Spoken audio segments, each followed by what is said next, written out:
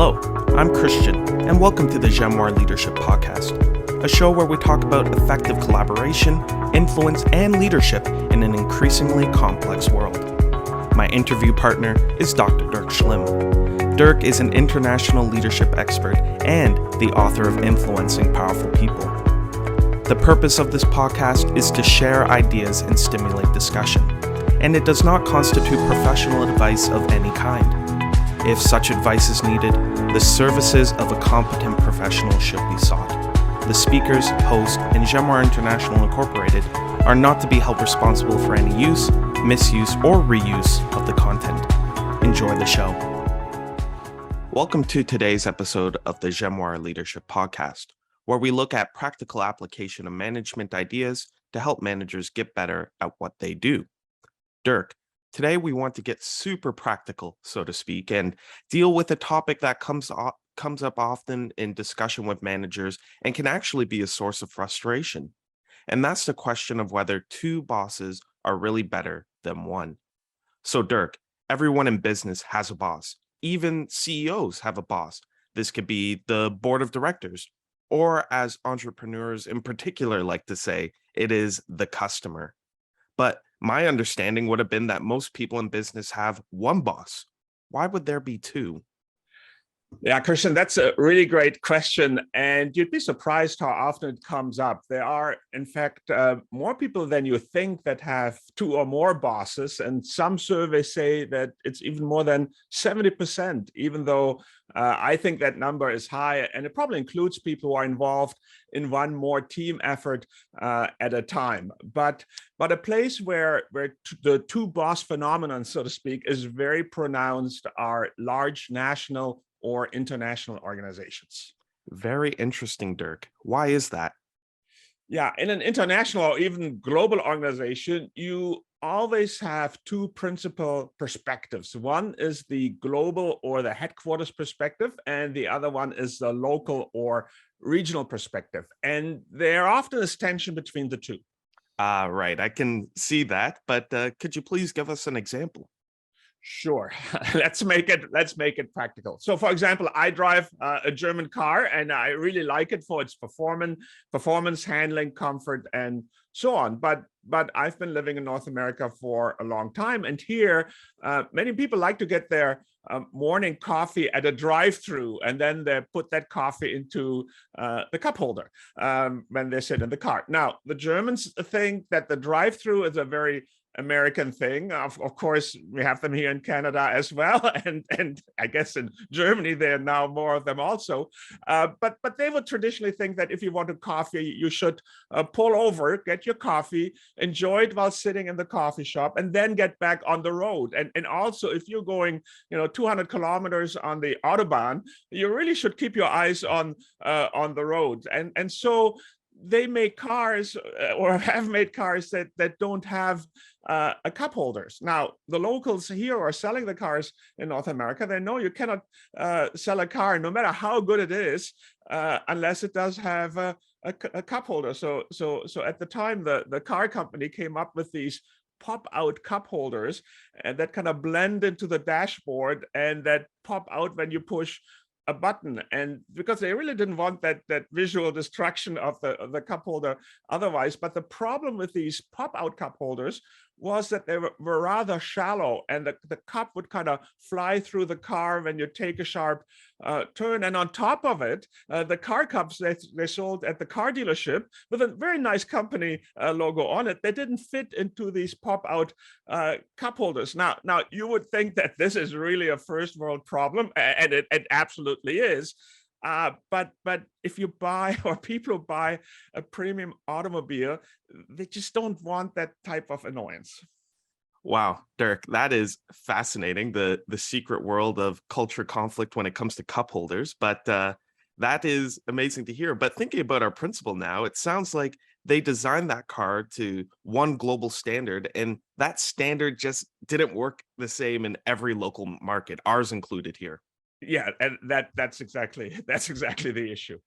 Gotcha. Okay, so far so good. But from this conversation, where did the two bosses come in?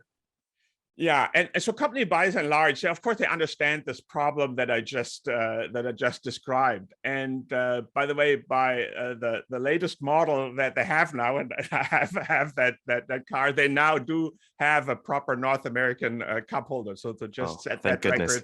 record straight, so we've solved the Yeah. problem.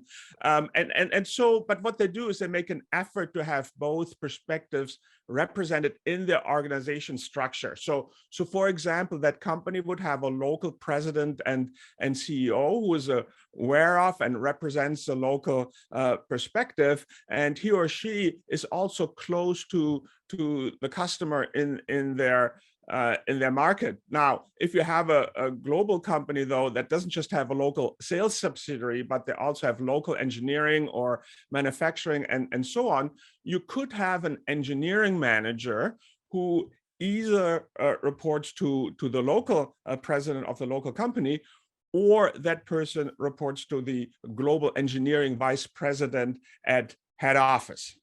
Okay, Dirk, that makes a lot of sense. So in that situation, they would have to decide which is the better setup for them, more global standards or more local adaptation and having a local team that knows the market. Yeah, exactly. But sometimes they just can't decide, or they don't want to decide. And so they say that we want both. They say that we want to be global and local. Oh, okay. Well, that sounds pretty good to me, the best of both worlds. And that happens often in business, global and local, short term and long term, making money and doing something good for society. It seems like businesses like having the both and. Yeah, and that's exactly it. And so what they then do is they tell that local engineering manager that this person has two bosses, and one boss is the president of the local business, and the other boss is the global vice president in the function. And that could be engineering, but it could also be marketing, finance, and so on. Yeah. And right as you said that, Dirk, I think I begin to detect the problem here that these two bosses aren't always on the same page. One, in using your example, I guess, one wants cup holders, so to speak, and the other one doesn't.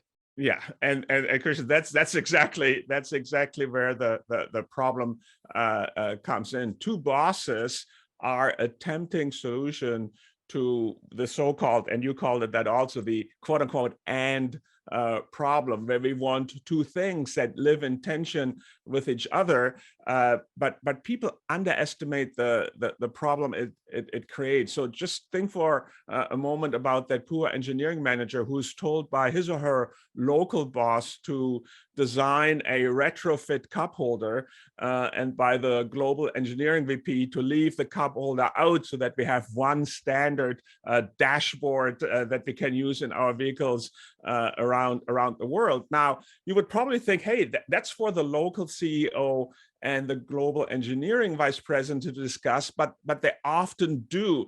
You'd be surprised. They give instructions and then let the matrix manager leave it to them to figure it out. Wow. So that would create a serious problem of clarity. Who's really in charge in this situation?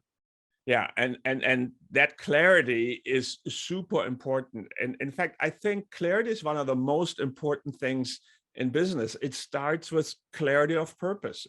What are we here to do? What are we trying to accomplish? Then comes the clarity of strategy. What are the priorities? What is the action plan? Then comes the clarity of organization. Who is in charge? Who it gives direction. We live in a very complex world with so many perspectives, tensions, and contradictions. And so we have to work hard at creating and maintaining clarity. And I believe that having clear reporting lines helps us add clarity, and we miss that opportunity if we add more bosses. And again, in my experience, I've seen this quite often. Right, Dirk. So it sounds like you're not a big fan of the Matrix, but the tension still exists. How should it be managed? Yeah, yes, you're right. There is a tension. Global standards are needed as they make the company more efficient. They're also needed to follow the rules of the business. Think like, financial reporting standards and so on. And we also know that customers are what keeps a business alive, and so we need to realize that customers around the world are different, not just in their preferences, but also in their core needs and tensions, and so that their core needs and requirements. Sorry, and so that tension I think is real, but again, I don't think that it is a reason to throw out clarity. If we don't have clarity, we have confusion, and confusion doesn't help solve the problem, even if it is a real problem. Right, Dirk. And the theme of this podcast is getting practical. So my question is, what do we do then? Yeah, so Christian, as always, context and situations drive solutions, and so much depends on the organization, the maturity of their management, and other contexts. So first, I would ask: do we really need the full matrix, or can we decide that there is a primary boss, so to speak, and the other person has input, they provide expert guidance, they set standards, or they even have a veto on certain things, but it is clear to everyone who the real boss is. So the other one would be more of a resource than a boss, so to speak. And I think the question has always to be asked, because we know that we're sacrificing clarity. So the benefits, if we want to go to a pure matrix, so to speak, must be overwhelming. And so we must really decide that's what we want, knowing the drawbacks. And I would even add here that in some cultures around the world, the confusion is even greater, especially if a subsidiary is far away from head office, and you have that different cultural context, and so that problem of lack of clarity will actually be amplified. Right, Dirk, I hear what you're saying. But what do we do if we really decide that a true matrix is the best thing? Yeah, and if we decide that, and again, in some instances, it absolutely may be, but then to me, the key issue here is that we must hold the matrix bosses accountable to make the matrix work. We must not put the person working in the matrix in a position where they have to decide which boss is the more important one and which they should follow first. And if someone is a matrix boss, I believe this has to be one of their performance expectations, something like in their KPAs, so key performance areas, something like make the matrix organizations work and manage difference in perspective and matrix tension effectively. That should be spelled out as a performance expectations rather than just representing their area. And the matrix bosses and their bosses should regularly review whether that's happening, whether we have a good and effective way to manage tension. Again, because we know it's there, because that's why we have the matrix in the first place. And what we absolutely must not do is delegate this tension down to the person who is serving two masters. Okay, that makes a lot of sense. We acknowledge the problem up front and we manage it explicitly, and we evaluate how well we are doing. Yeah, Christian, absolutely. That's exactly it. Great. So, Dirk, just a couple more questions on this. I realize that it is hard to talk about this in the abstract. It always is. So I'm wondering whether you have ever worked in a matrix organization. So have you ever had more than one boss, and how did that work out for you? Yes, so Christian, yes, I have. And at one point when I was working as an executive in a publicly traded company, I had the founder CEO as one boss and the independent chairman of the board as the other boss. Oh, so what happened? Yeah, so there was that tension. The founder CEO was very much the strong-willed entrepreneur, and the chairman of the board was a long time and very experienced public company CEO. And we talked about the clash of business cultures in the last episode of the podcast. How do you manage when business cultures collide, and that's definitely what happened there. But thankfully, in my case, the chairman, again, very experienced person, he understood that dynamic very well, and he acted more as a mentor and as a very experienced expert who really helped me understand the public company perspective and helped me work that effectively into my relationship with the entrepreneurial CEO. So I was actually very grateful to have him there, and he also made a huge difference in my professional development. But there were some instances where I did get conflicting instructions.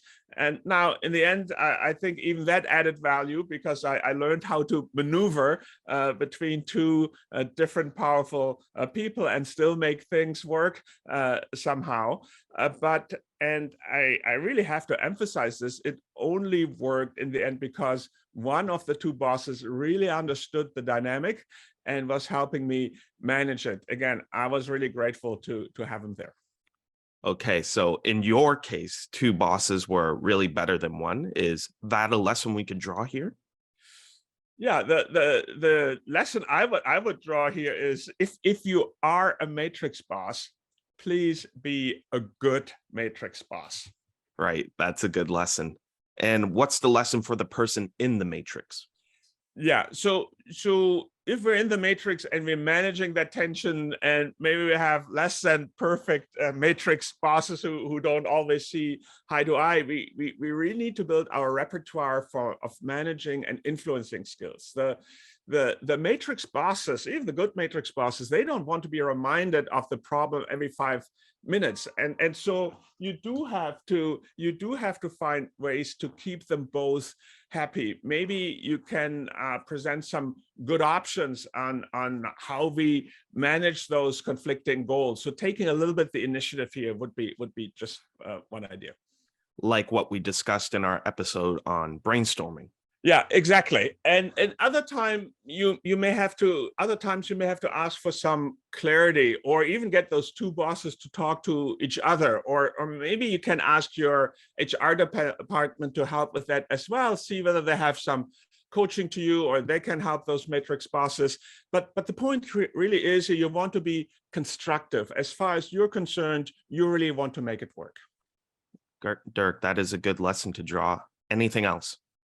Yeah, so the matrix really is a response to an external reality. The world is more complex, and we have to manage that complexity. And so while we want clarity as much as possible, we want to be and must be flexible as well. So there may be task forces or projects group or any number of temporary work teams you will join, and so you should. And in that instance, the task force leader is the boss, so to speak, at that moment. And that, in my opinion, actually makes perfect sense. And there is no contradiction to clarity here. So more broadly, when you have the enviable position to have one boss and the associated clarity, which is wonderful, you must be aware that you do not work in isolation, but yet you have to communicate, collaborate, and to coordinate with others who may have different responsibilities, priorities, and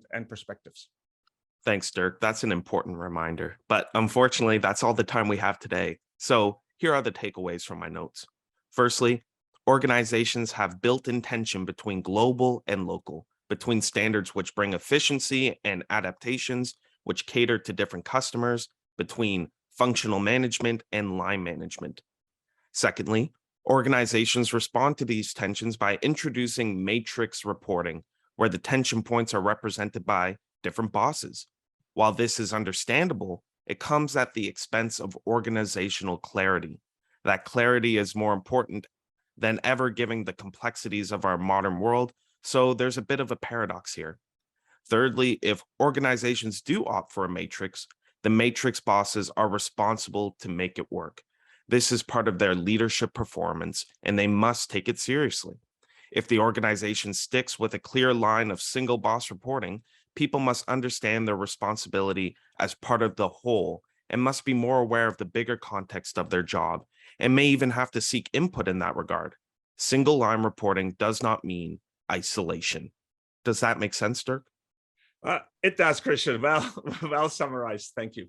Well, thank you so much, Dirk. And thank you everyone for listening and for joining us here on the Jamoir Leadership Podcast. We will be back in 2 weeks for another episode that will help you manage better. Take care.